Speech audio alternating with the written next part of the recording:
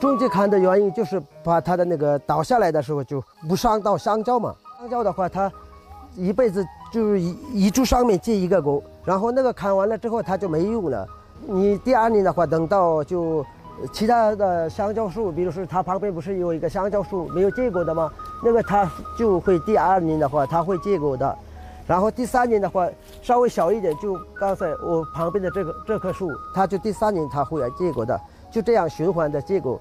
刚才师傅看的那个香蕉的话，它彻底已经没用了，然后所以我们就把底部砍掉，把它第二年它回来了之后就可以当肥料用了。